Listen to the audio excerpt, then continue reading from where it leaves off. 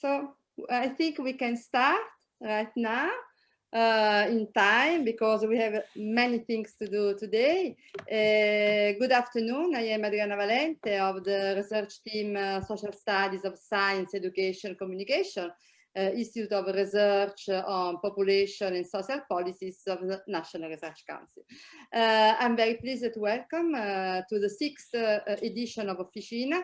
Officina consists in a set of events, working table, that each year take place involving, by means of a participatory approach, students, scientific, educational and social community in debates on crucial pressing issues related to education and this year to Europeanness.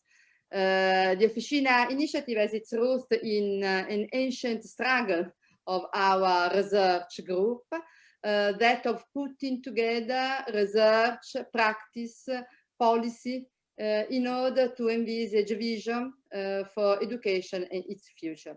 Our research group is composed by many people. You will, that are coordinating these and the next tables.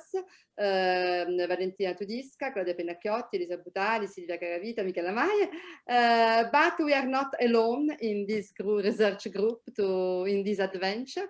We are we are accompanied by the Ministry of Education and in these last 2 years by UNESCO Future of Education Initiative. Before starting the very first table of this Officina, that is the table reserved to the student aid of the World House Rondine, and a great welcome to them as well. I have the pleasure to get greetings and welcome messages from the representative of our organizations. So I start by asking Mario Paolucci for his greeting. Please, Mario, thank you. So thank you, Adriana, and thank you all the participants. I am Mario Paolucci, and I'm the head of the institute of which Adriana is one of the most important parts. I'm really happy that this is happening right now, this Officina this year, just like the year before this, and that we are all meeting online because that's how we can do things now.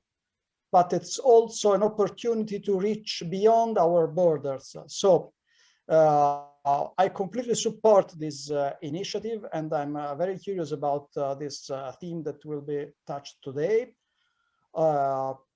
I don't have much more to say because it's just, I mean, a way of saying welcome to this field.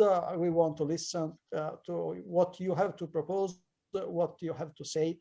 We live in a very strange times, and I mean, this was something that it was really surprising now in retrospective to see how many things have changed in 1 year. And what we could obtain, the new things that have started, and the many things that we failed to do. And education here, it is at the core of our effort to drive society through this unprecedented challenge. So everything that helps us to find, to steer this ship through those troubled waters is welcome. And I think that the efforts of Adriana, the initiatives and of Adriana and all her group are really important to help us drive this ship through the pandemics, trying to find something new with the energy that has been found out in these times of trouble. So thank you, everybody. And well, I forgot to introduce myself, my research subject, which is just a short side mark on the fact that I am a computational social scientist. So what I like to do is to interact with stakeholders and researchers of a specific field to see if the kind of models, numerical models that we develop can be useful in a specific field. So by that definition, I'm very interdisciplinary and multidisciplinary in the sense that I need to understand and to interact with people doing research in specific fields.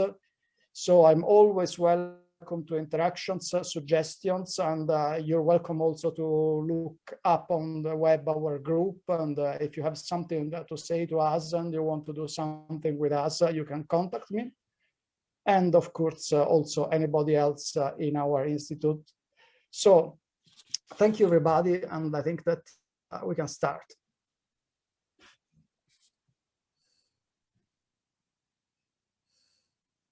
Adriana, you have to open the microphone. Thank you, Maria. And now I give you to Antonio Di Nallo of Ministry of Education. Thanks. Nice to meet her. I am Antonio Di Nallo, Antonio Salvatore Di Nallo. I am the national coordinator from the representative students inside the National Minister of Education. It's a very pleasure to stay here now in this moment. It's a very important moment. My ministry is too interesting for this project because our students are very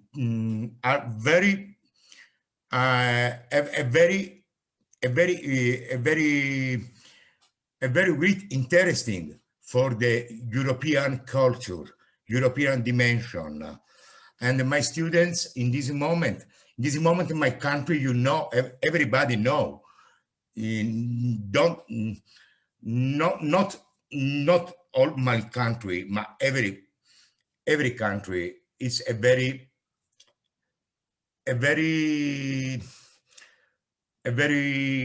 difficult moment because the school are not it's not open.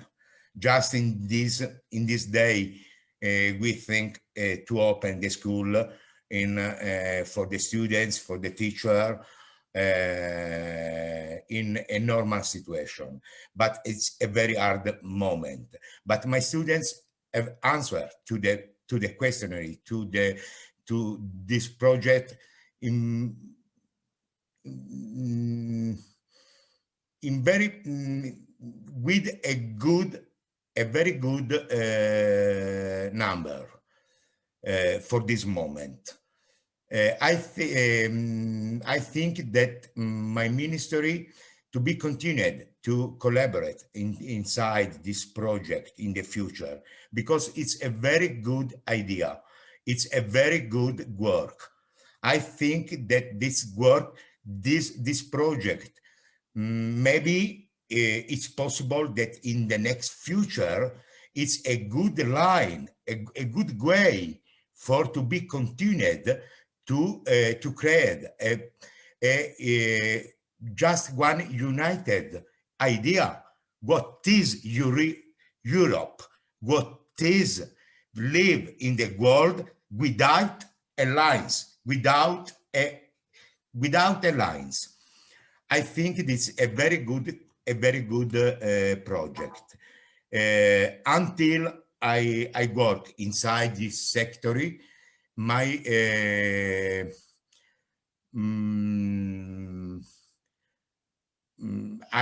I'm sorry, but it are just a long time that I don't speak more in English, and maybe in just sometime I forget the correct word. I'm sorry for this, but I haven't a problem to be continued inside this project with my students, and I representative the students from all Italy, from all region from Italy. And in this moment, my students have answered from all region of Italy. And now I finish. It's a very pleasure to see her, really, believe me. Thank Okay? you, Antonia. It's a great pleasure for all of us. I'm sorry for my English, but it's a long time that I don't speak more in English. It's okay. Thank you very much. Nothing. In Italy, you know, at our age, not so many people know such a good place. Maybe. But I want to thank you also because you introduced also other aspects of this project.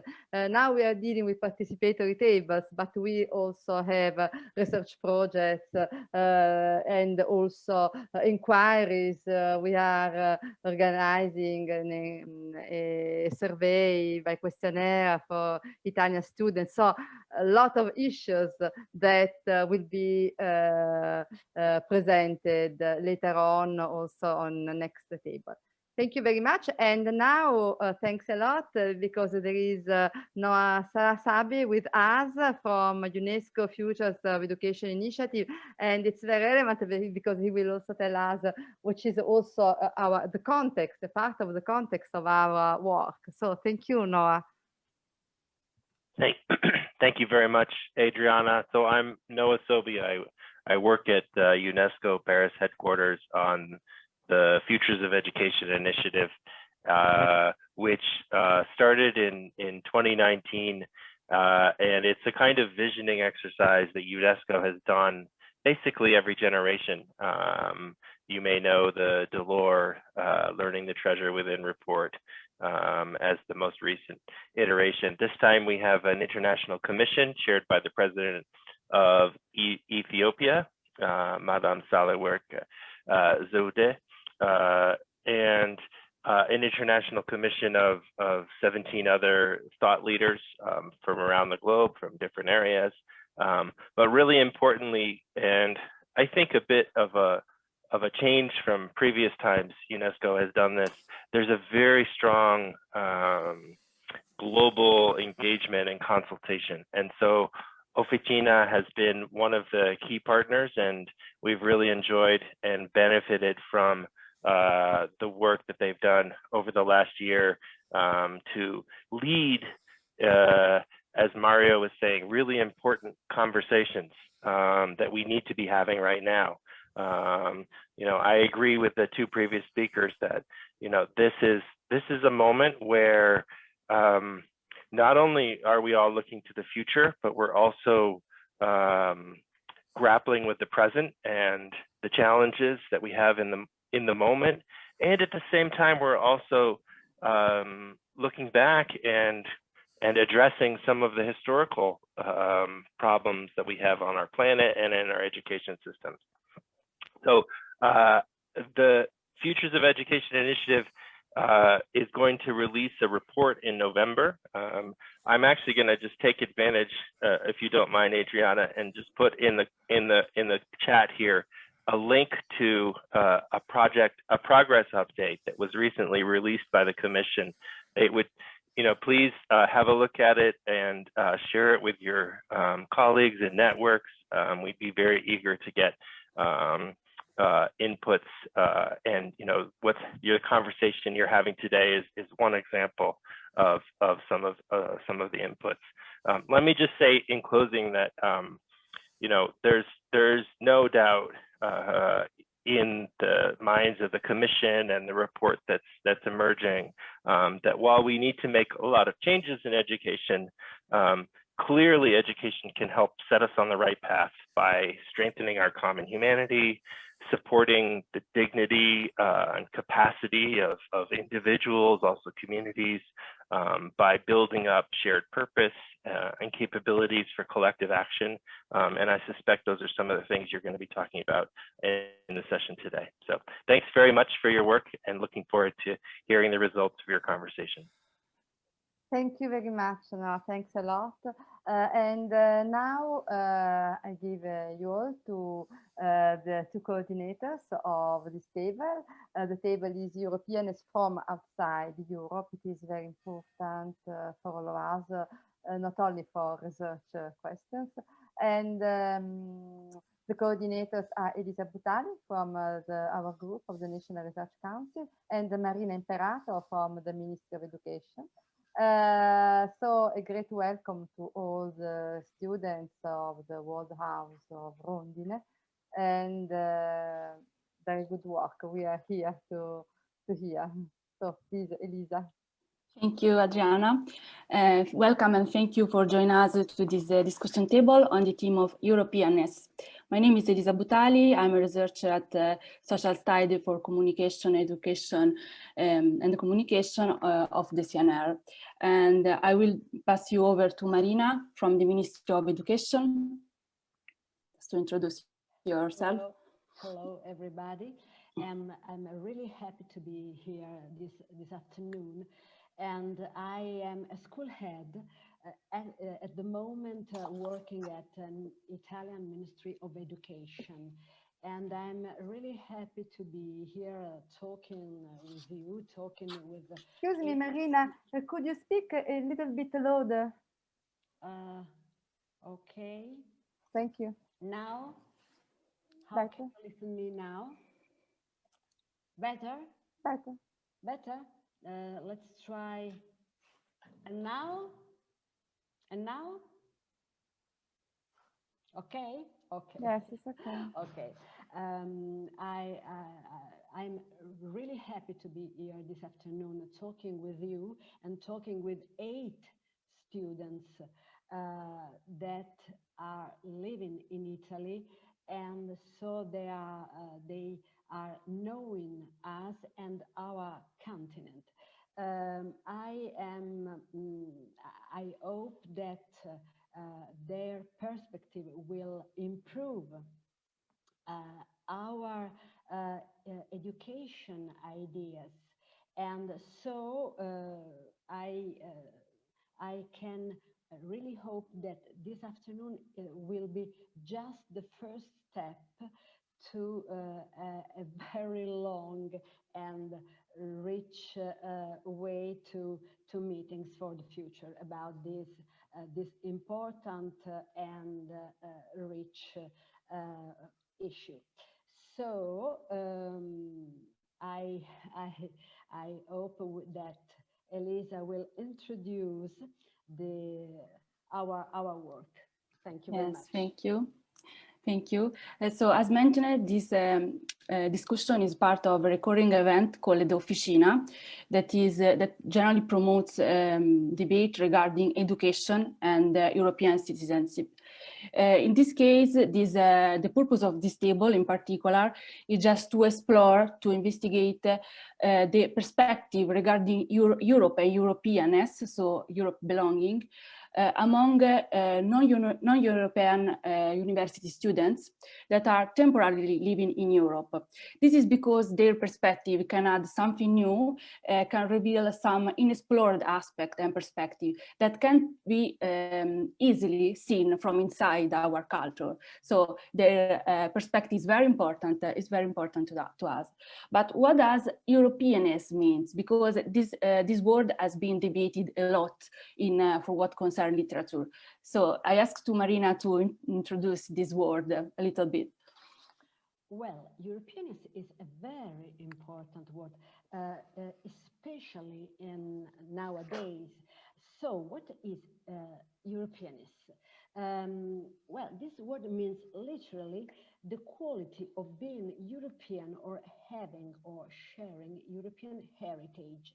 That's a definition in Lexico Online Dictionary, and Europeanness reflects the idea of belonging to a continent, to a specific culture, to a specific history, and it's a very strong identity, and quite an also ancient identity for us who are European.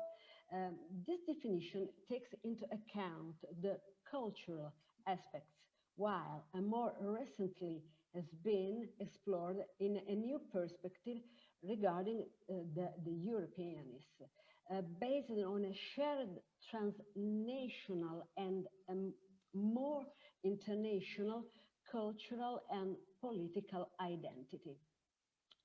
who take into account bottom-up processes and initiatives. In another definition of Europe and Europeanness, shared ethical and social values create a sort of common space of a common time, and also common time, where people with different cultural backgrounds can participate in a global and shared and democratic discussion, where express their political ideas and cultural perspectives, contributing to shape the European identity. Europeanness reflects an important idea of Europe. So, Elisa, can you? Yeah. Yes, and now maybe we, in order to obtain a wider, more representative and update idea of Europeanness, we need to take a minute and just to explore what Europe has been and what Europe is. So Europe has been characterized by intercultural aspect because it has always been a meeting point. So this may suggest us that in order to better understand what is Europe and what is Europeanness, so Europe belonging, we need to interact not just with Europe, but what is out of a narrow definition of Europe. So what is out a geographical area that is wrongly defined Europe, but Europe can be defined in a lot of ways. So to this end, it is interesting to take into account external point of view, and this can be done by listening to foreign students that are from Rondine Association, that is a very interesting reality. That's Valentina Pierucci, who is a training officer, can introduce for us a little bit. Okay, thank you, Elisa. And Thank you. First of all, I want to say that I'm really, really grateful to share such an important stage with you all today. My name is Valentina, and as Elisa said, I work for the training office in Rondine. Now I'm here just to introduce you to the work of our organization, and then you will have a much deeper and more useful knowledge through the words of our international students who are with us today. I'll try to share my screen just to share a little presentation. Okay. Also, welcome to Rondine.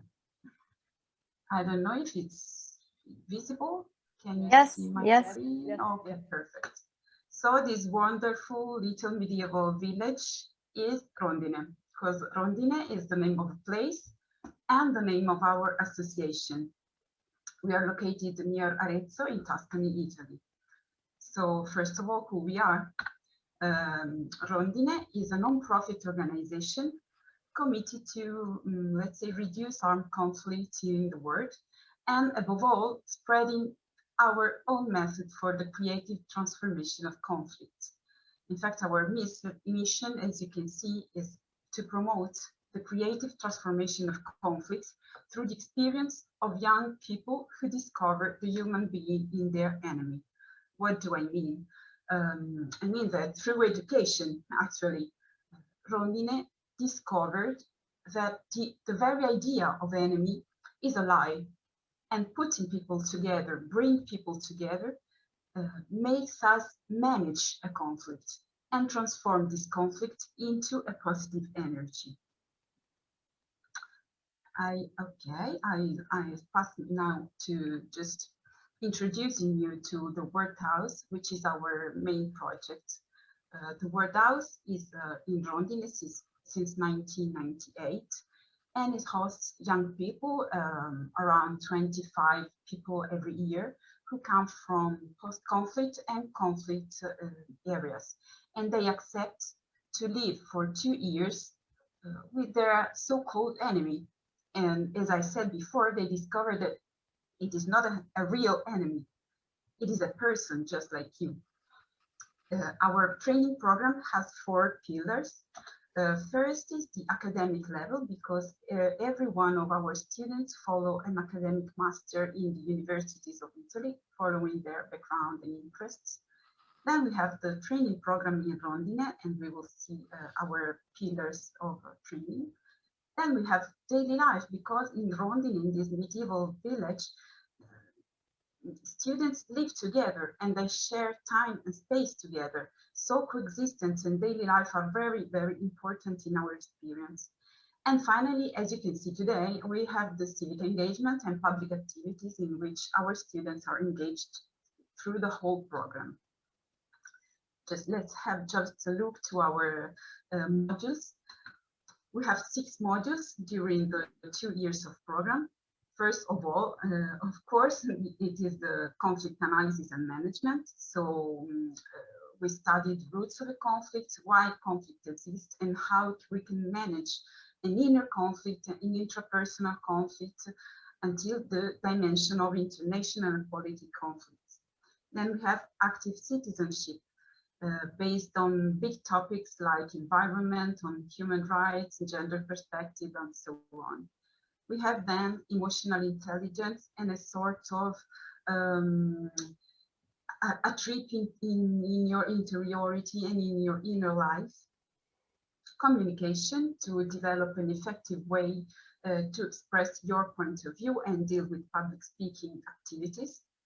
Leadership, to improve your performance and your skills abilities. And then project design, in order to give to our students the tool of writing a project, a small budget, communicate your project, as well as helping our students with a sort of a coaching approach and unlock their potential and their resources. At the end of our program, the students become Rondini d'Oro. That's how we called our alumni. And as you can see in this picture, they're ready to be a sort of change makers and leaders who contribute to the development of their countries. Here in this picture, we can see some alumni in Mali, in Bamako, who are doing a little project for COVID emergency. And this is just one of the social projects that our students carry on during and after the training program. Another important program of Rondine is the Quarto Anno Liceale di Eccellenza, an experience totally dedicated to Italian students who attend their 4th year of high school in Rondine, together with international students. Elisa, I don't know if I have enough time or if I finished my time. Yes, you can finish. Okay, thank you. And just I just wanted to, to just have a glance to our Leaders for Peace campaign, a campaign that Rondine launched in 2018, and who is committed, really committed with the education, because we want to train new generation of world leaders of peace.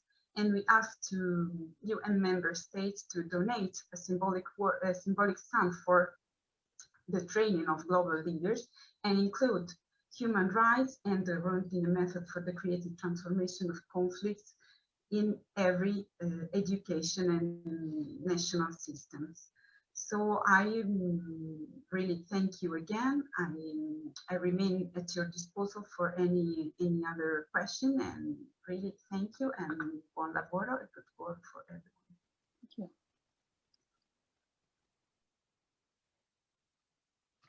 Thank you. Thank you.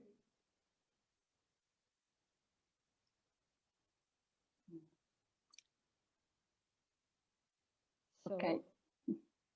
So we can go on, and thank you very much to Valentina Pierucci and to Rondine, because this project is a project for the future, but I dare say that that is a project for the present, and for the present of all of us. But what going on about Europe and Europeanness? with Elisa, we had a lot of chats, and we discussed about the Europe idea, that it comes from ancient times, and Europe starts from a legend, an ancient Greek legend, where Europe was a Phoenician princess who lived in Crete. So from Crete, this idea spread in the century, in the millennium, to all our continent. It's also interesting to see how from the Mediterranean area first, this idea has grown during centuries, crossing the sea and the coast, till to arrive to the northern Europe and to British Isles. So let's talk together about what Europe and Europeanness mean. Thank you, Elisa. Yes, thank you, Marina. So in order to promote a co-creative and participatory debate around Europe and Europeanness, we need to explore all the possible perspectives among participants and that come from literature. So I'm going to share my screen, just a minute, because okay,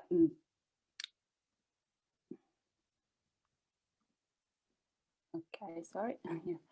You can see my screen, yeah? Yeah. Okay, because we just asked to Rondine students to provide us some keywords regarding Europe, while we just add the keywords regarding Europe and Europeanness that come from literature. So as you see, this is what is the result. As you see, there are some words that are bigger than others and are more prominent. So for instance, freedom or diversity or culture. Okay, this is because this word has been mentioned more than once by students. So for instance, freedom has been mentioned both alone and with other words. So for instance, freedom of speech and freedom alone. So according to the students of Rondine, is a very important European value. Another important word is culture.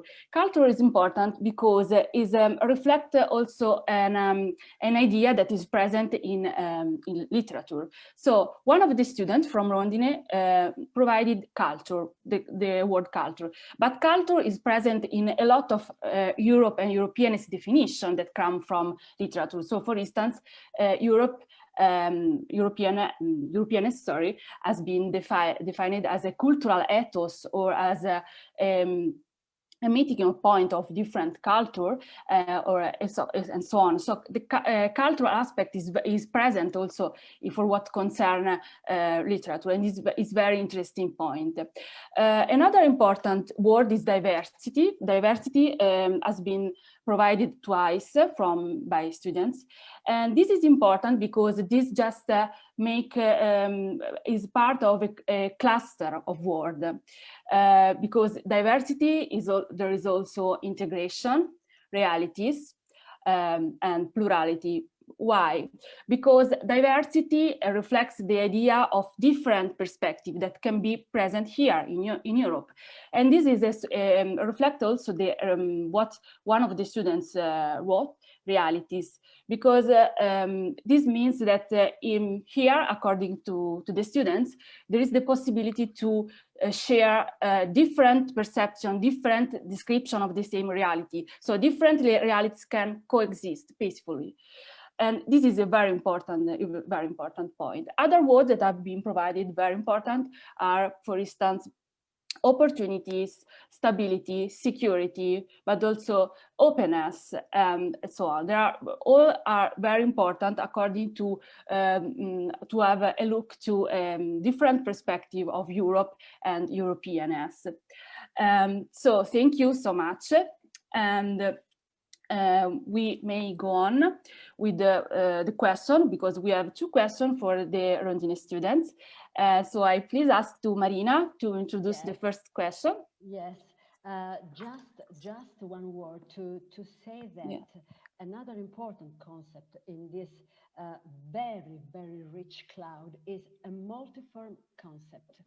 Europeanness is a very multiform concept, and we are going to explore it with our dear students. So the first question is, to tell the truth, are 3 questions. What Europe has been, what Europe actually is, and what Europe is going to become. So I ask to each of our students present this afternoon with us to answer to these 3 questions. Thank you very much, and once again, welcome. Just to remind you that you have just 5 minutes to answer, but if you have additional comment, you can easily write on the chat. Okay. Yeah. Thank you. So. Yes. Hello. Okay. Hello, Alexander. Sí. Yes. First of all, hello everyone. It's nice to meet you, and thank you for inviting Rondine and us students to be part of this. And yes, thank you. And my answer regarding this topic and the answer towards these 3 questions are, So the first, what Europe has been for me. Europe, like, throughout the history as well, and personally for me, it has been the place which like modernization, diversity, and it became more not important but actual in the 20th century. So when it started the concept of the European Union, and personally me, I associate Europe with European Union. I don't know why, but I have this association. And what Europe is now, for me, it's the place of diversity, freedom of speech, and Europe I can say it with this sentence, like, for Europe, diversity strength, let's say that way. So with the culture, so I can't say what is the culture of Europe, let's say, but Europe and Europeanness combines several cultures and understandings and beliefs. So for me, it's not one set of culture beliefs or like one something, but rather uniqueness and diverse and set of cultures, set of beliefs, set of traditions. Yes. And what's Europe, how I see Europe in future? It's the third question, right? Yeah. So how I see Europe in the future, it's a complicated question because for me, what's happening right now in Europe, for instance, and so in the past, Europe was that the countries of Europe, they were not united. There was all the time the war, they were all the time having some conflict with each other, and there was like always interest to take something from each other.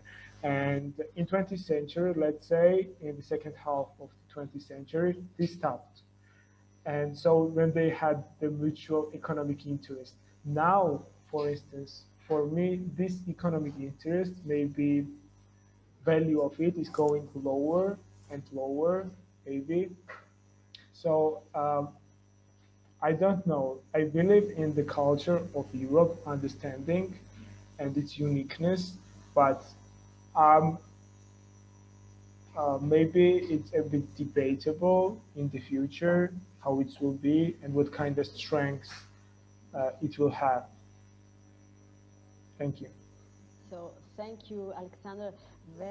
Your words are very, very important and rich, especially because you underline the concept of multiformity in Europe, in European culture and history. In fact, our continent has been a continent of war until the first half of 20th century. Now we are trying, we can say it, to become a continent of peace and a continent who aspire to be the leader in the future world. So thank you, Alexander, and And if I can add something, like something yes, popped up in my of mind. course, of course. Like for instance, this is my second experience when I am gaining knowledge and acquiring like experience in Europe. So, and always I associate Europe as the place where I can develop, for instance, where I can find out more and when I can deepen my knowledge as well. So when I'm saying diversity, yes, it is diversity, and it's diversity of like you can find out lots of things, deepen knowledge, and yeah. And I think that for me it is like Europe could be the place. It has the same value, for instance, what it had, I don't know, like 5 years ago or 10 years ago. For me, it has not changed. And the value is that like positive, diverse, I can gain knowledge, I can learn something new and that kind of, but like, that's why I said for the future, maybe it will be debatable because throughout the history, what we saw, it's like all the time conflict in Europe. Like currently I'm seeing not conflict, but lots of disagreements among the countries. So that's why like this is debatable for the future. Yeah, yes, of course. Thank you. Very much. Thank you. Thank you. So let's keep on trying to answer to these three questions. And who will answer? The next student? Yeah, I don't mind going. Okay. All right. Hello, Phil. Hello. Thank you so much for, as Alex said, for inviting us and giving us this platform to share our impressions of Europeanness, what Europe is, you know. So I'm going to build on the backdrop of what Alexander said earlier. From an outsider's perspective, from someone coming outside this space, for me as a person, Europe has always been a cultural power and still is. So I as a person, I don't like to define Europe based on the geography, but more on the idea, as I was said earlier before the start of the presentation. You know, that the space is more about the idea rather than where the idea is taking place. So where we have these different people coming together within a particular space. So for me, that's what Europe has always been. As Alex said, there's been war in the past that led to the creation of new states, breakaway states. And, you know, you can't pinpoint and say exactly this is a unique culture of Europe.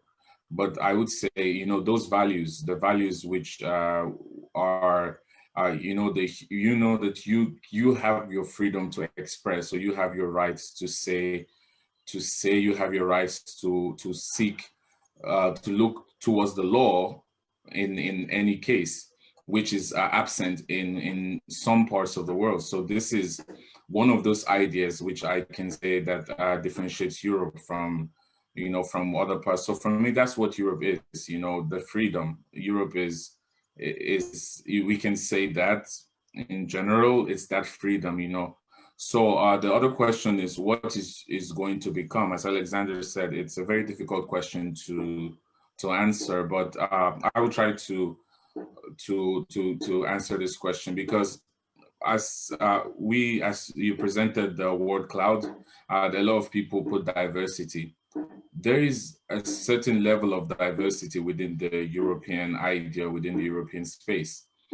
And there has always been, but now we have, to say, a more open diversity.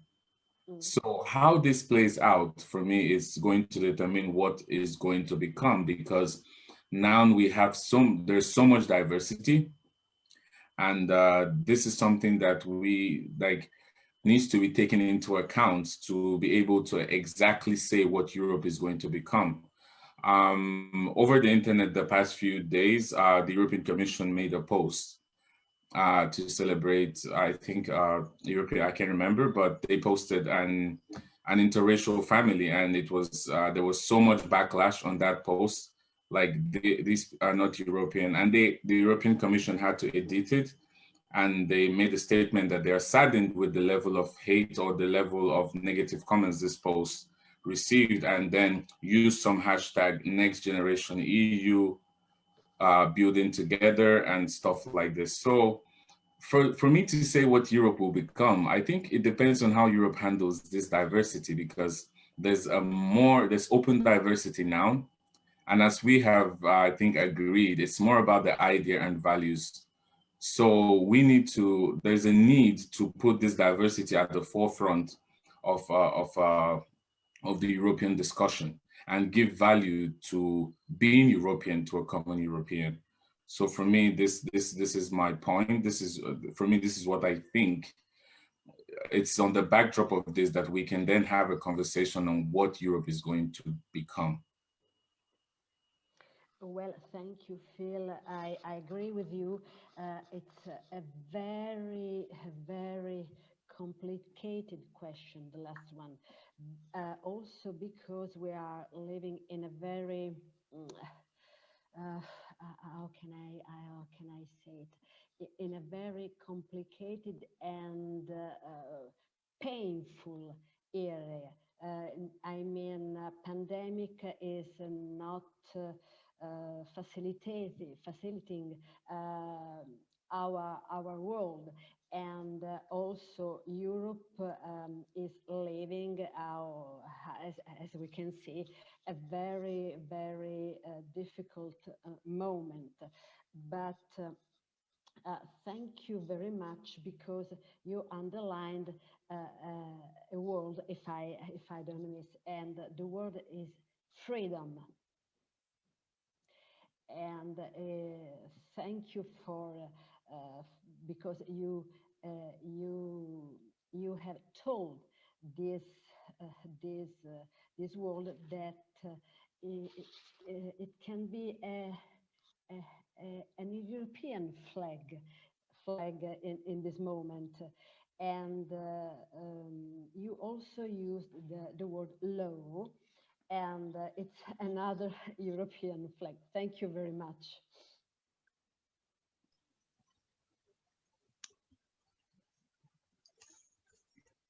Hello, everyone.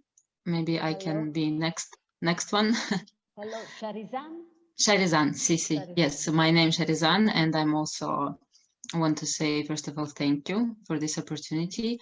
I honestly will not talk a lot, because I heard a lot of similar thoughts in the speeches of my colleagues, Phil and Alexandre. And also I wanted maybe to start from that, yes, I'm current student in Europe, but better to say that I'm student in Italy, and much better to say that I'm student in Rondine for almost 2 years. And maybe my perception is coming from here, because every time when I'm thinking or talking about this kind of arguments, it's more about that comparing process, how it was before I came and how it's now, which kind of changes I saw in myself, what I took for me. And today I thought that it will be for me important to highlight points And first one is really near with philosophy. First one, it's about cultural heritage and how it was for me impressive in sense of like here maybe I can say that Europe has been, Europe is, and will be a really huge and great example of cultural heritage of saving, of respecting, of raising awareness about it, of preserving.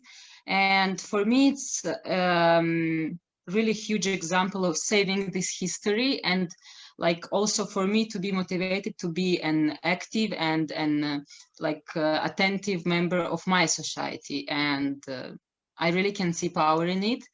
And the second point will be it's about the space for education. Also, Alexandra, he was talking about it. Also, in the process of comparing, I can see here in Europe, like young people, they have more space for education in a different way.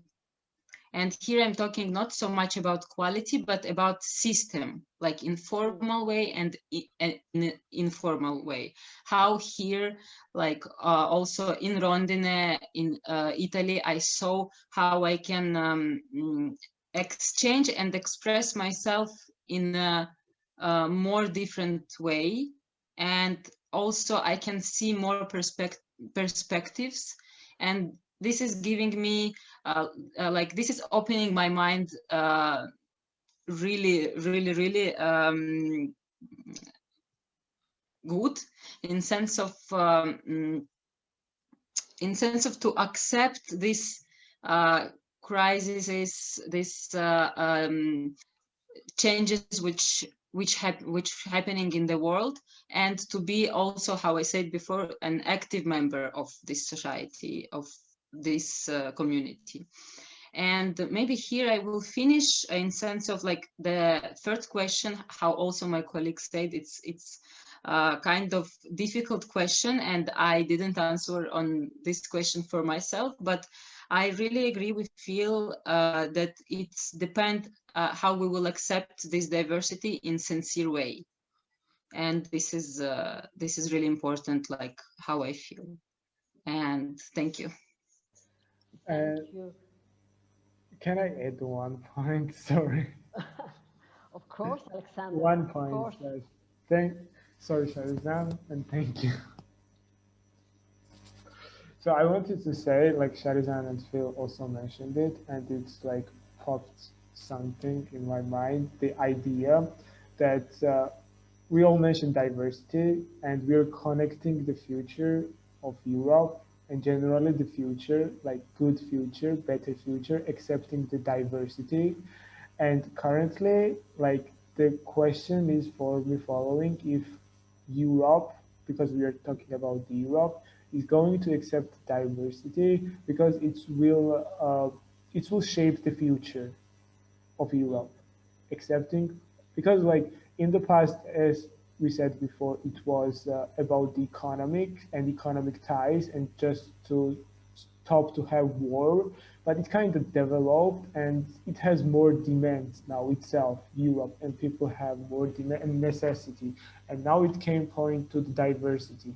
So I think that diversity now is the #1 topic, and accepting, not accepting, and like going with it or no, like will shape the future of Europe. Yeah. Thank you.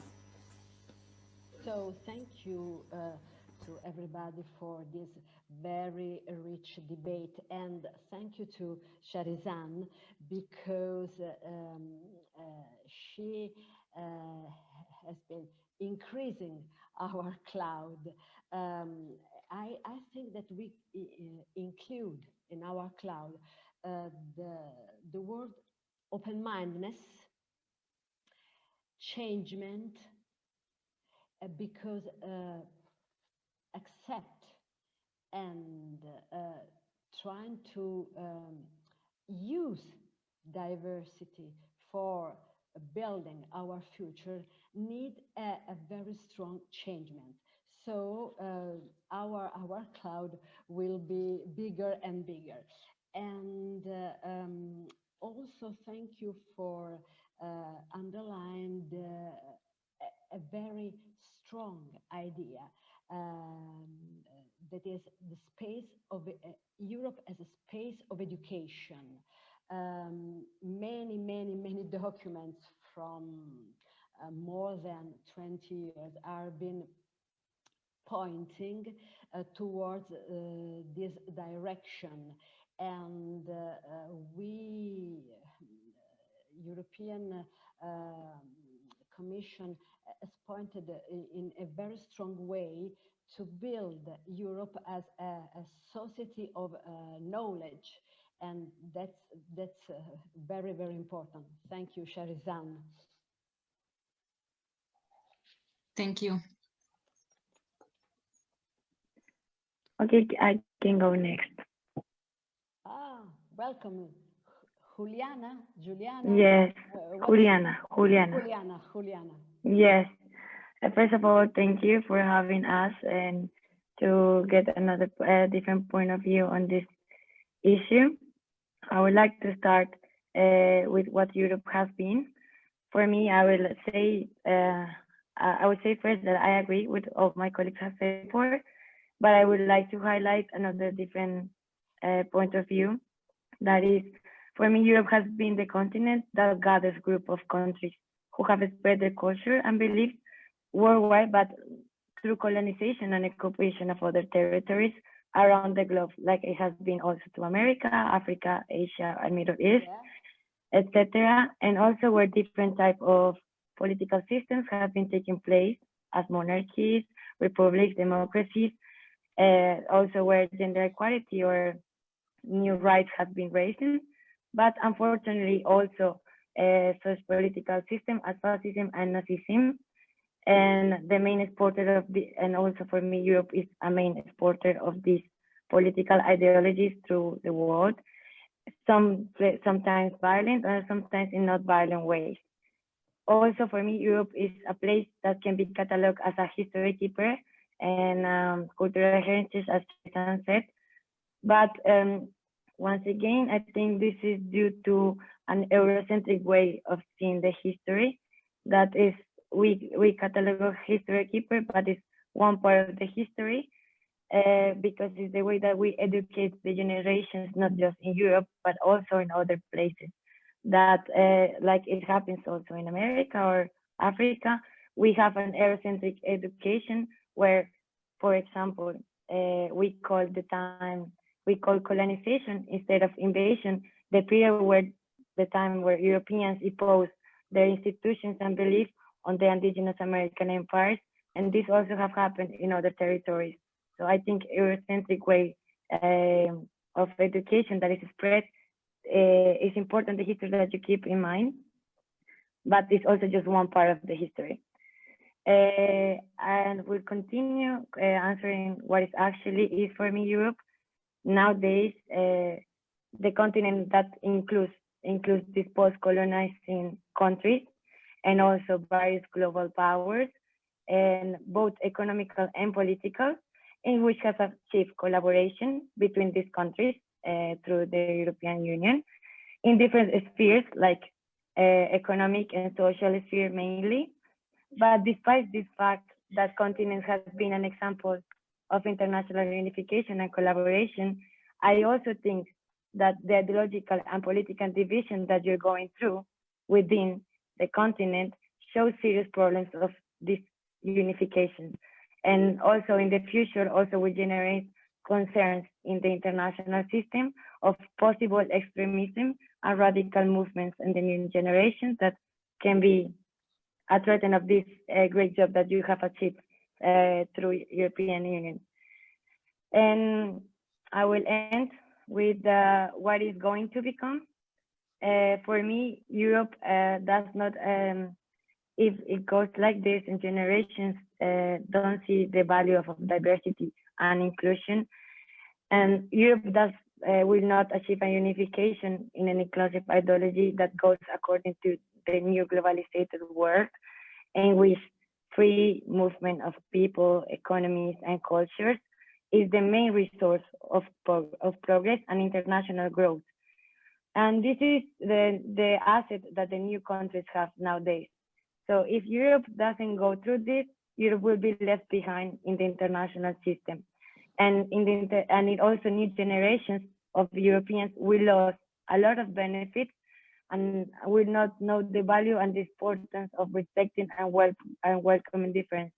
So it might be like not a scare, but it might be like a fear of how new generations of Europeans cannot be part of this globalized world if you don't include the diversification and welcome difference in your mainly life. I would like, Juliana, did you finish your intervention? Yes, thank you so much. Thank you very much. If you mind, I would like to add something to what you said that is very important. You introduced this issue of a kind of a European-centered concept of education, like using the word of colonization instead of invasion. And I would like also to be testimonial from the point of view of educational researchers that we performed in our research group. For example, we analyzed what are the hidden values in textbooks in many countries from Europe and also Northern Africa and Senegal and Lebanon and other, but all the Maghreb was included. It was a really exciting research, I must say, nothing of this because otherwise it would take time. But what I want to say is that we found that all the representation of evolution, for example, of human evolution, generally there is a linear way represented in textbooks for human evolution that from a monkey become a man, but become really a man. So a male become a male, the skin is whitening, so the monkey is darker, then the final element of the evolution is rather white, is a male, is a middle age, is 30, 40, not so young, not so old. And in several textbooks, we find out that it was dressed the Occidental way. And this was also in textbooks from Africa, because also many of them that were French language, maybe this is one of the reasons, were using the translation from French manuals. But this is also a testimonial of a kind of cultural, maybe colonialism. I don't want to be too strong in this, but of course, of what you said, we performed this research some years ago. So it would be very interesting for us to see, to go on in this and see what changed, hopefully. Yes. In this. Thank you so much. Thank you for your intervention. Thank you. No, thank you. Thank you very much for also like highlighted this from the European side of view, because we in, for example, Latin America is really strong one academical theory, that is theory of independence, that tries to change this history text and history books about how we see the evolution, how we see the development just through Europe eyes. And we have not seen actually the cultural heritage of, in my case, indigenous empires, or in other case, other different cultures. And they have been trying to change, like, why this history is important and why the history of maybe indigenous or Asians or is not as important as others. And it's really nice to see like this vision is also inside Europe, like it's not just an outside perspective, but as you say, Eurocentric way of education has spread also with the empires, with the colonization, and nowadays it's up to us and up to the new generation of Europe to change this point of view of the world. So absolutely. Yeah. And if you see, there are several other tables in this Officina. One is devoted to inclusion and to global citizenship. And the last one is included on stereotypes in textbooks and in educational resources. That is also an important issue that they are all, of course, related. So thank you very much. Really good job that you're doing. Thank you so much, Juliana. Thank you very much. So the next. Okay, I can go next. Hello, everyone.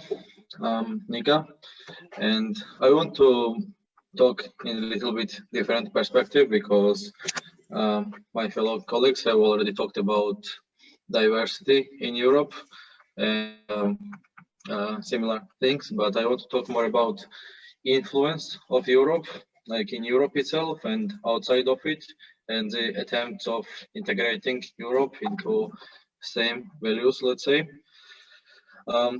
To talk what Europe has been, we have to look at its history, but we can't look at Europe as one concept because oftentimes in history it has been like huge struggle between East and West, and East sometimes has been Eastern Europe and other times Middle East, more Arabic or Persian Islamic cultures.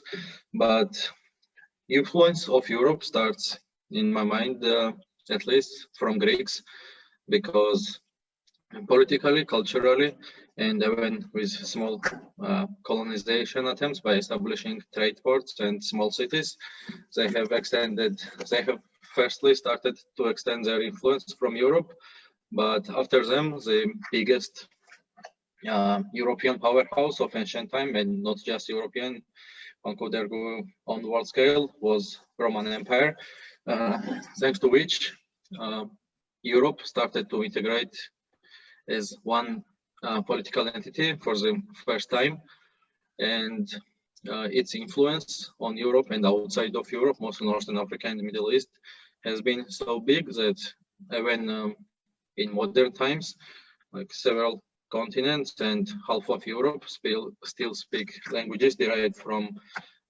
Latin. After that, we see a cycle of dark ages in Europe and then internal struggles. But on the world scale, before colonization times and industrial revolution, Europe on world scale has been quite irrelevant. It has been regional power, of course, like in Middle East and Northern Africa, but not outside of that. But since colonization started, because Europe already gained huge advantage over other countries, mostly in military technology and industrial technology, has started spreading its influence in all continents and spreading its values on all continents, mostly by military might. But it's been, and since that, I think till 20th century, including 20th century, to my mind, Europe has been battleground, and not just within themselves, but also fighting and colonizing, conquering pretty much the whole world, as it had no competition outside of itself.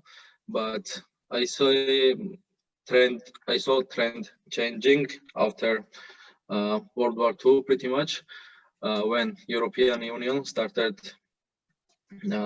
being created, at first just as an economic union, but right now it's a lot more than that, because it started integrating whole Europe, well, mostly Western and Southern so far, but there's a trend of expanding into one political union and spreading what we call now European values.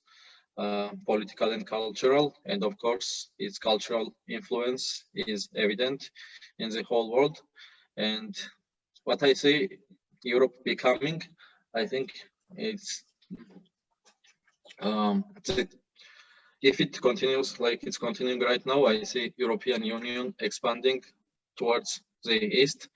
If something doesn't happen, that it will change its tracks in a different way, but I think its cultural influence on the whole world, economic and military, might keep growing every day.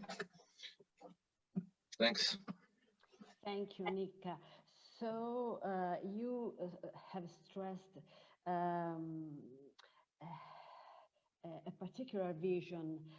So Europe as a continent in increasing expansion, economic, military, and political. Is it so? Yeah, you are correct. And that's that's very in continuity with what Juliana said before, starting from the history. So it is we are defining a new idea of Europe as a continent not so peaceful or peaceful in appearance. Is it so? Yeah, but I have to specify one thing. Europe, when I say it, I mean European Union in modern times, because Russia and Eastern Europe and like parts of Turkey is still geographically speaking Europe, but I'm not including them. I'm talking specifically about European Union. Okay, thank you. Thank you very much. Thank you. A new idea is increasing. Thank you very much. I can go for next. No. Hi everyone. Thank you for this opportunity. For me, Europe, I also agree with Nika and Alex when they said Europe, they see it as a European Union. So for me, Europe, it's a European Union group of countries that has a superpower, let's say, and that has already influenced many countries, global political influence and economic influence too. And I want to say that also some of these countries already has technologically like has a technological advance, and this makes Europe an attraction to many people to come to Europe, and especially the people who were like living in the post-colonial countries, because they already speak the language of these countries. And I want to say that most of the people come here to work, to study, to live here. So basically, Europe is becoming more diverse and has has multi cultures. So it's not only one culture; it has multicultural. So this is Europe for me. Thank you. Thank you. Thank you very much. Thank you. Okay, I would like to go next. Well, first of all, again, that's it. First of all, thank you so much for the invitation, and thanks to all my partners here in Rondine for their valuable opinion. And regarding what is like Europeans for me, coming from Latin America, we have this bigger influence from the United States, which is North America itself. So we have this difference between this like polar opinion of which is Europe, in which we see America as something driven by the individual, and Europe is something driven by the community, like this sense of community. And what Europe has become, for me, Europe has been always a cultural and economic powerhouse. That's historically evident.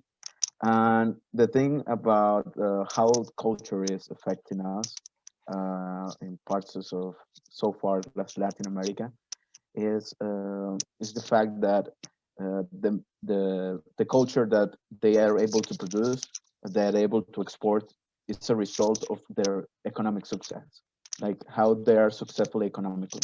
So I think Europe needs now it's facing this problem in how much economic struggle can hold, can support in fact of union, in fact of accepting diversity, in fact of community. Like nobody wants to pay for everybody else's mistake, and that's part of the community. If you are in a community, you have to face consequences of other people's actions, but also facing the good things that the other people do. So there is this. Europe needs to find this balance, this really critical balance in how much is willing to pay, how much is willing to to take uh, for this community. I think I don't want to say what Europe will become because I not consider myself European. So I think I'm not part of that discussion. But I want to tell that I don't want I don't want to see Europe become this problem of becoming like part of this problem of economic over culture, over diversity, over inclusion, because we always have this discussion about how, for example, accepting immigrants can affect the economy, how accepting other cultures can have negative negative impacts in economy. It's always this at the end. It's always for me. It's this discussion of how economic will be affected. So I don't want to see this search for this equilibrium, this point of equilibrium, to be affected, to be destroyed just because it couldn't be found. Because for us, at least for me, Europe is an opportunity uh, in terms of business, in terms of uh, cultural, in like how we can even export our own culture to Europe. This not become just import and export. It's just like this is a two-way channel, so we can benefit both. And also like I don't want the European Union to face these enormous challenges that are facing now, for example, with Brexit, which is like a very important thing. Uh, and I don't want like to bake to fail because it's like a bacon for us in other parts of the world, like an example to follow and not to follow too, because Europe has made some huge mistakes in her in its entire life. So it's something that we need to understand that history sometimes needs it's a good thing to follow, but sometimes it needs to know when to avoid some some facts. So, Sergio, thank you very much. So you mean that our history can be used as an example for other nations to avoid the same how can I say the same problems and the same politics towards other nations? Yes, for me like if you have to take advantage to other people's experience, it's the same with countries. It's the same with history. So it's I think like development is like a line. So maybe Europe has already passed through this development line, like this development time lapse that Latin America is passing, is trying to go at this moment. So it's like the same path, same way, the same road in different times. So if we are able to see what other people, what other communities' mistakes are, we can try to avoid them. We try to learn from them, not from what they did good, but what they did bad. It's like it's not like Europe is this magical concept that Latin American has to follow, but it's a concept. It's proven history. We have to follow. We have to follow the steps from the best ones, like in what they're doing. It can be Asia, it can be the US, it can be Europe, it can be Africa. Why not? So this is like an opportunity for us. This is why my words in this for this table would be it's opportunity. And thank you also for what you said about the sense of community. Yes, like the sense of community for me is like the thing that define Europe. It's like you cannot say Europe without thinking first in the European Union. Okay. So it's pretty much in the name.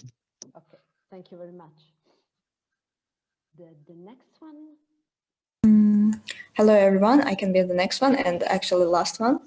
So, yeah, Günay. Right. I'm Günay. I'm from Azerbaijan. I also want to, first of all, thank you for this opportunity to participate in this today's meeting.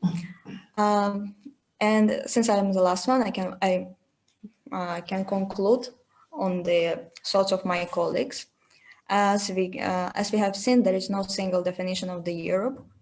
For each of us coming from different places, Europe has meant quite a different thing, since Europe is throughout the history had a huge influence all over the globe, and right now it's one of the dominant powers in the world alongside the US.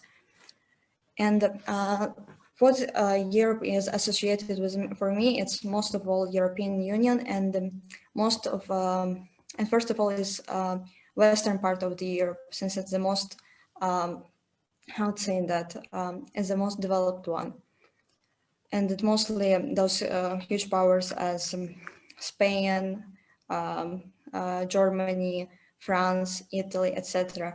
Unfortunately, even though Europe includes a lot of countries, and it's not only those ones, not all of them are equally, how to say that, equally developed. They don't have equal rights and equal opportunities. That's for me, even though they are all united by the same values and the same ideas of peace and inclusiveness, unfortunately, they don't have the same, I would say that, the same level of inclusiveness. So I would like to also mention that Europe, throughout the history, it's it only in the last century has been a peaceful continent. So only after the end of the Second World War, they established the ideas of peace and continued in that way, because otherwise the dominant nationalistic ideas could lead to another worse, even more bloody ones. So as I see it in the future, probably it would be a good idea to stick to this kind of unions, because it lessen the ideas of nationalism and radicalism. So to promote more peaceful coexistence between various countries, various cultures, and so on. So for me, I guess that's the definition of Europe. Thank you. Thank you. So Europe, like as a space full of not uniformity. Is what you mean? Yeah, because Europe, you cannot like define Europe as one single country or as one single space, since it's like it consists of a lot of different and quite diverse countries, quite diverse nationalities and ethnical groups. So, and all of them have diverse like history.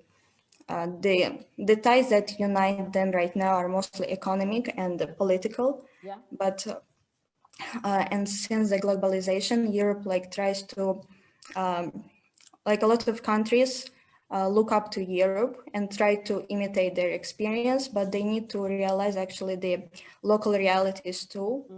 And that's why for me it's like a crucial point when you try to look up to someone, but you need to also preserve your own cultural values and try not to lose them.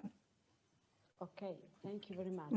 And Thank you. now, thank you, because you explained very well your ideas, your position, and enriching a lot our dialogue.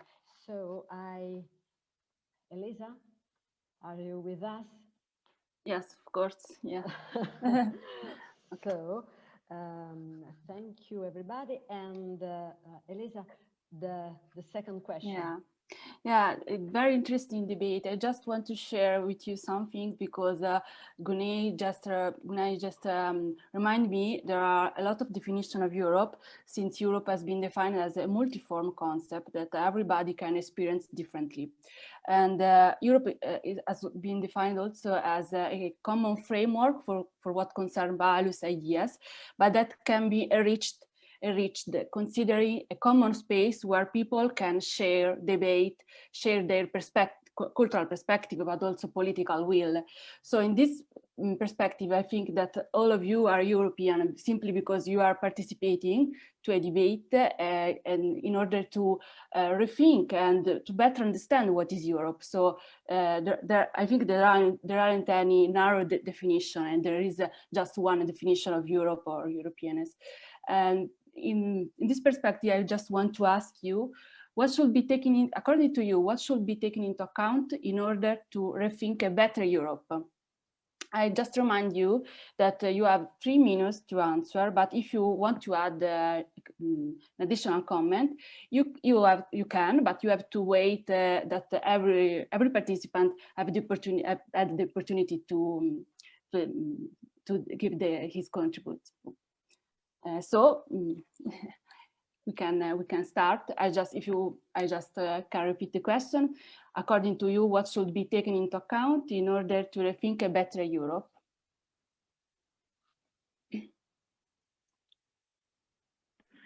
I can start. Thank you. Yes. Hi. Hi. As I said before, and I think in the education is the center of changing the new generations and the future that is in front of us. And in order to rethink a better Europe, I think that following generations should be educated in an education system which values such as respect, collaboration, unification, acceptance of diversity, and also acceptance of the history of Europe that is not just like the mainly part of Europe, but this part of Europe that I already said about how we teach to our Eurocentric way of point of view. To be aware of this is the first step to also involve diversification in the culture. And I think in the international system, seeing the international system not as part of a territory, as an essential just frontier, but all as human beings, it would be a mainly thing to have to account in the education system in Europe. And Europe has a great influence in the world due to its scope in history, and therefore has the opportunity to be an example of a unified and peaceful world where relationships are not only between our similarities, but even in the difference, the world is richer, the knowledge will be richer. So rethinking a better future is to be aware of what is wrong inside, or what is the point of view of maybe of this Eurocentric point of view, how does have make Europeans to see the rest of the world, and thinking this as the starting point of the education of new generations for inclusion. Okay, thank you so much. You highlight the role of education for the future development, and this is very interesting and in line with our initiative. And so, thank you so much, Juliana. Can I? Yeah, sure. Yeah, from my perspective, it's also, I believe what Juliana highlighted, education is like the core and ground for the better future, let's say, and what we need to believe in. And also I believe in equity, because as it was highlighted by my colleagues today, there are lots of countries, for instance, the Western Europe is more, let's say, capable of some things, like I mean in the financial way or in the economic way, rather than the Eastern Europe. And their behavior is different in some particular cases. And in 2020 also we saw the examples like of several countries acting radically. And I would like to just highlight the fact that I believe that if communities, let's say, which starts from communities, will support equity among each other, among individuals, among society, it will go to the state level, let's say, or national level, and it will help from my perspective. So I think that we need to like work and contribute to the other equity, let's say, and equality. Okay. Thank you. Okay. Thank you so much. So And, that's a yeah. Sorry, I don't know if there is connection issue or something. I can hear you. There is a Okay, little bit. Okay. Yeah. Maybe because of the microphone. Yeah. Thank you. Yes, that's a very interesting point because you highlighted the role of equity, and this is very important in order to carry on a very interesting development. Okay. Yeah, if I may, I will build up from what Gunay and Juliana mentioned earlier. So I will start from this. After the Second World War, there was a reason behind. There was a rationale for countries to come together. So I think to think a better Europe, there should be a discussion, a conversation about, new rationales to continue, new reasons to forge ahead. As Gunay mentioned, before, political relations, trade relations, and all through this conversation, we've talked about diversity. The diversity has always been there, but now it is it's open, and there needs to be a conversation about this diversity. We've mentioned how Europe is, home human rights law, but what is the standpoint of Europeans? What is the standpoint of the European Union per se when it comes to those discussions which people don't want to talk about racial equality, migration, LGBTQ rights? Where's the conversation? So there needs to be a conversation about that, because as I've mentioned, there's this open diversity, and action needs to be taken, because as we have seen before, as I mentioned earlier with the posts by the European Commission, we see how words turn to hate. Words over the internet, words, confrontations turn into, actual open violence and stuff like that. So it needs to be tackled. And also the concept which I think Juliana brought in, the concept of education. So we need also a reorientation. There needs to be a reorientation. And as I think some of you mentioned, one of your programs on global citizenship, because there needs to be a reorientation, especially for the young people, which we have always stressed over time are the future. So what are we doing in order to change this future? So to think a better Europe, we need to have that conversation. We need to take the right steps in that line, addressing what is Europe to a common European. This is a question we need. There needs to be that conversation. And as Juliana said, Europe has, in a sense, despite the history of, conquering and riding on the back of countries under the colonial rule and all that. Yes, there's been this bad history, unfortunately, and some countries are yet to recover from the strong hand Europe used to rule them over time. But again, what Europe has done and what Europe is doing is also, a roadmap for other people to build on, on the positives, coming together.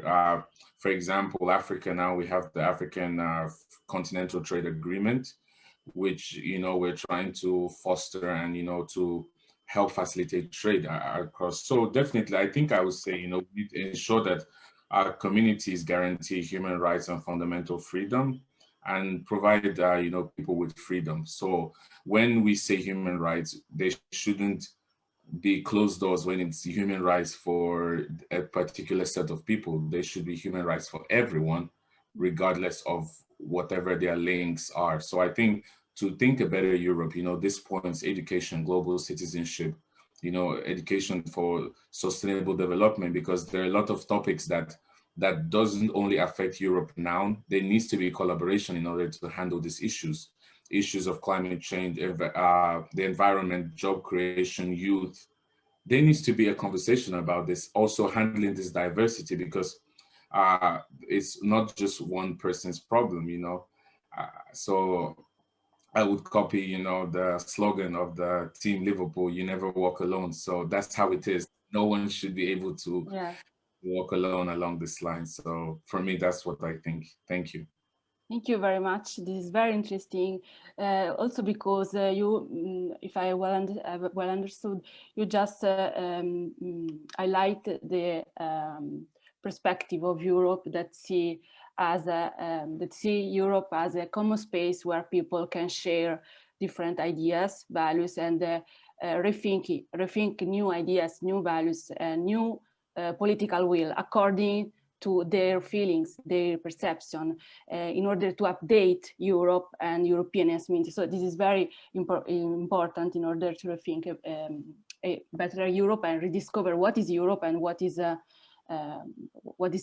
characteristic of Europe. So yeah, I also think, you know, in terms of relationship as well, you know, Juliana has mentioned, you know, these things have happened. At times it's not easy to sweep it under the carpet. You know, there needs to be that conversation. For example, I come from Nigeria, and there's still, you know, this, as Juliana said, these terminologies are used to change the way the story is being told. Yeah. You know, like we had a situation, it was called the Benin invasion, but it was actually, you know, coming to steal the bronze and the artworks of people. And recently, asking the British government to return it, it was said, we're not done using it. So you come to take and you say, we're not done using what we took from you. So we're trying to build this relationship, but also for us to go along in mending this relationship, we need to also try as much as we can to address the sins of the past, because it's difficult to build a relationship when we've not been able to put everything on the table. Yeah, sure. Yeah, this is right. And yes, I like the rule of discussion in terms of global discussion, not just European discussion, and transversal discussion, in historical transversal discussion. So this is a very interesting point. Thank you, Phil. Thank you so much. It's like what we do here, dialogue, you know, Yeah. the dialogue in creative peace and everything. So I think in the larger scale, it needs to also be implemented. I think Juliana wants to say something. Yeah. Yes, no, I just wanted to add like about the global citizenship that Phil said, and what I said about education. This is part of the education like change that I was aiming to agreeing with my colleague Phil, is education of awareness, is education of change, and is education of dialogue and respect. So nowadays we need to look forward for the next generations and how we want them to see the rest of the world, like as Europe, but we also need to address the problem right now. So what is the change and radical movements that are happening right now in Europe, and how is the correct politics to make these generations now and the future ones understand that this is a global world, and if Europe doesn't adapt to this global world, it will left behind in the international system. So yeah. I just wanted to add this. Thank you so much for your comment, Juliana. Thank you. Yes. I would like to go next. Yeah, sure. And okay, I really agree with something that Phil said about like the discussion about why the European Union or Europe needs to be continue as a union, as well, like a community, because this conversation is really important to define the values of what European means. Like, what is the values that Europeans need to adapt and the rest of the world needs to see from Europe? It's like Europe are being so powerful in terms of culture, economics, and everything. It has an impact in other countries, even if so far away, even as Latin America. So there is like this subsequent of what they are, what are their values. If they are talking about freedom, it's not only freedom among Europeans, it's also respecting freedom from other countries which they have the relation with. This is like subsequent to their values, because they need to have this responsibility of what they make have an impact in this globalized world, have a huge impact in other countries. We already face that. We already face how some political movements have impact so far, like in Africa, Latin America, or Asia.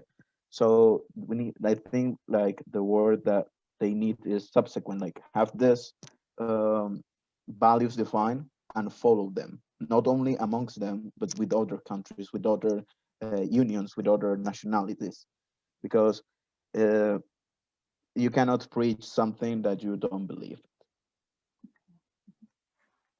Thank you so much, Sergio, for your interesting point of view. Just want to add something that maybe I think every kind of country can add an important value and inspiring value, not just Europe or European countries. But it is very interesting that you, as your colleagues, just highlight the role of a global discussion among values, and so it's very interesting point. Thank you so much. Okay, so we can proceed. I can go. I will be really fast because I agree really with my colleagues and strongly agree with Phil in a sense of to have a reason and to discuss. And maybe I would continue what Sergio was talking about values. And I think like for everyone, for all of us, like individually, it's really important to understand why we're making some kind of choices, how it's honestly, and how we aware about the motivation of this choice. And I think it's also can be seen like in the scale of the future of state structure. And I think it's really important also if we will talk about globalization, that globalization giving us a lot of opportunities, but it's also like the substitution of values. And it's important, I think, in the future, which kind of values in this discussion and finding reason the Europe will choose. And I will finish here. Thank you. Okay, thank you so much. So you are like the rule of awareness. And yes, because it's important to be aware of our action instead of follow automatically what the technology or what the society suggests us. So this is very important in order to rediscover our values and our beliefs. So thank you so much, Sarizan. And yes, we can continue. Okay, I can continue. Yes, sure, Mika. My perspective is a little bit different from my colleagues because I think it's impossible to talk what is better for Europe if we don't define what its purpose. What I mean is like better, like what should Europe do better is like different for what it is, like what is its aim. Because for example, does it want to better the world? Does it want to better Europe specifically? If we talk specifically about Europe, like advance interests of home, like make life better for non-native Europeans, for example, immigrants, or focus on mostly itself, focus on expanding its influence or and power in the world, or the opposite, making others share prosperity with Europe. And even then, I think it's impossible to talk about Europe, even if we just say European Union.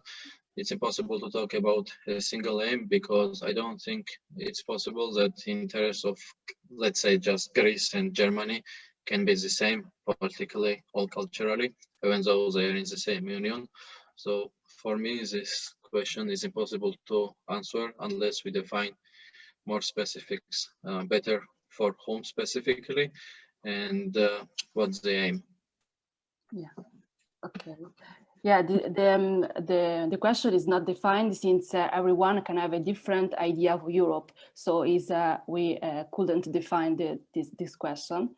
And yes, you are very interesting. You bring with us with very interesting point. So maybe you can answer according to your perspective. So the question can also be understood in a negative way. So what Europe as of negative, for instance. So this could be another version of the same question. Maybe if it is more clear, I don't know. No, like it was clear from the beginning. It was just general. What I meant to say was that like Europe can't have like one single goal because it's like European Union even till now is mostly economic union. There's no single European identity. Like it's advancing, but like a German person is still first German and then European. Same for Greek persons. So they can't both have same interests because they say we are both Europeans. Their interests are vastly different from each other. And even then, like there's one priority to choose, like if Europe as a whole concept, let's say, wants to better like increase its strengths, it has to be on someone else's behalf. It's not like infinite amount in the world. If somebody advances, somebody goes back. So it should be like chosen like a priority. Should it advance and care about only its interests or care about prosperity of the whole world? So that's why I'm saying like there are different answers for different purposes. Yeah, sure. Thank you so much. So you highlight the importance to choose a priority purpose. And this is very difficult according to you because the European countries are very different, are very not homogeneous. So it's very interesting. It's very interesting and updated point of view. Thank you so much, Nika. Okay, and so we can go on. I can go on. Yeah. So sure. I would like to take into account the perspective of mostly European Union and not the whole Europe as a continent or whatever. So for me, the what can European Union can do better is first of all increase the inclusivity to all its minorities, to all the people who are living there but not considered as some Europeans, etc. And to promote sensitivity toward that those minorities, because as we can see right now, there are a lot of like movements, nationalistic movements, radical movements that promote, let's say so, if not, I cannot say that it's hate, but it's toward definitely not a peaceful coexistence, and that's very saddening moment because first of all the purpose of European was the integration of all nations and the elimination of those movements. So for me, that's the main point that European Union can take into consideration in order to promote a better and safer space for all the people who are living there and sharing the same values and beliefs and hopes for the future. Thank you. Thank you so much. So according to you, Europe is in a very important historical moment now because it can be chosen different routes. For instance, inclusive or not. Mm-hmm. And so it's very important what is going to happen now. Yeah, and mostly the politicians should take into account that their countries don't like include lots of different and quite various kind of people. It's not homogeneous, so they need to take into account this plurality, diversity. Yes, thank you so much. Thank you. So much. Okay. Yeah. Yes. For me, I agree with Gunay about inclusivity, and also they for Europe they should cohabitate with the diversity. They should not look at the diversity as something bad or look at how the people come to their countries as if something is like threatening their economy, because they could actually benefit from these people, and it's not about only people coming to Europe to work or to study. It's like a human need to improve ourselves outside of our countries, and I think also Europeans do this outside Europe too. It's not only about people coming outside of Europe, and because they should also try to let's say learn and exchange these experiences and knowledge with the other people outside of Europe. Thank you. Okay, thank you so much for your interesting contribution, Noor. Thank you so much. Okay, there are other comments that you want to do? Okay, well, that brings us to the end of this interesting experience. I would like to take the opportunity to thank all of you, and I find this debate really interesting and positive. I just would like to remind you some dates, and please ask to Marina to. Yes, yes. First of all, once again, thank you for the rich discussion, and I'd like to remember the next meeting of Officina on the 23rd, rethinking education in times of uncertainty. On the 27th, competencies multimodality in open uncertainty resources, and on the 28th, inequalities and stereotypes in textbooks and educational resources. Thank you very much, and we are. And Marina. Yes. May I add something? Of course, Adriana. Sorry for.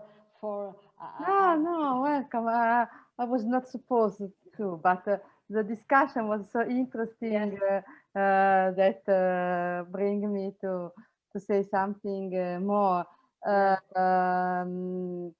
First,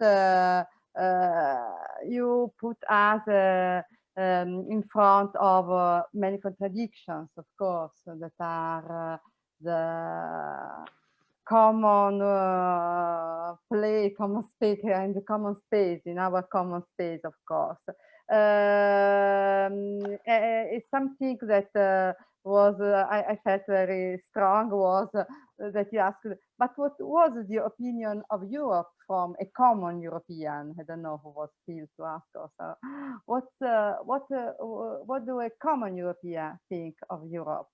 And of course, it's hard to find a common European, but I would like to say that I do not completely agree with the idea that Europe right now is just economic. Also, if we know many very bad examples, what happened with Greece, that is just a place where Europe was born, and we have, of course, many bad examples. But not only these, we of course accept all scientists and people who thought of visionaries of Europe, Spinelli and others, but not just looking at the past. For example, when we just a rather recent example, during the Brexit, young people from UK were really frightened for the sense of isolation that could come from Brexit, not just for possible economic reason, but for not being more circulating, contacting, having the Erasmus project that allow young people, a little bit like you do, but within Europe, to go and while they are at school visit the other countries and make part of their own educational path in other countries. So young people were really frightened of this. In fact, there were not the more young people to vote for Brexit in UK. So I do not dare say that it is the opposite of this, but I would say that we are, of course, as also you said, in a very particular moment in which some choice must be made. There are lots of ingredients all around. Another thing I want to say is that in the first part of the speech, I've seen many times words like power, influence, global influence, influence from USA. The second part, what to do.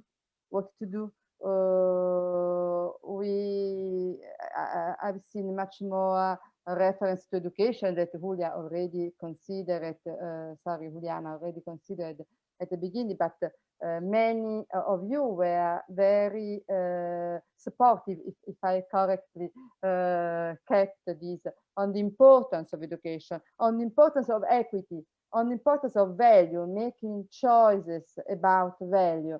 And also a word that I liked a lot is open diversity. Yes, not just the diversity that we have been able to build till now, but something that has not been included in our idea of diversity. So an open diversity, I don't know if it was Phil, I think, to say this, is very important, as it is important and I think it is a great contribution you gave, the terminology. The terminology is really we work a lot of this. We work on the representation of equalities, inequalities, stereotypes, and we know how it is important to change the way stories are told, as you said. This is also, I think, another important lesson that we can take from this dialogue. I would say that we maybe one way also a kind of synthesis could be also to move from influence to dialogue, from what was just influence that you always said in a negative way, but some of you also not only in a negative way, if I well understood the way you put things. But anyway, the importance to move from influence to dialogue and to make use of education in a wide sense, as you said, education of awareness, education of change, of dialogue, and of respect. These are your words. Just to say a few of the, and of course, close to values, I don't know if I said responsibility, the high responsibility. That is a key word in this moment, also for all the issues related to sustainability. One of the one word maybe I did not hear, so but maybe it was in the area is also this of ethics of taking care, and the kind of responsibility of taking care that is also in the tradition of female studies. And I think that this must be side by side to the idea of equity and responsibility in moving from influence to dialogue. Just I wanted to add this among the many words and the many ideas that came at this table, and for which I thank you very much.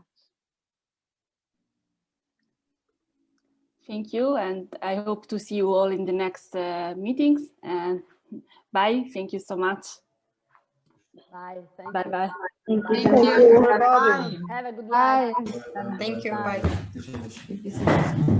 Thank you. Bye.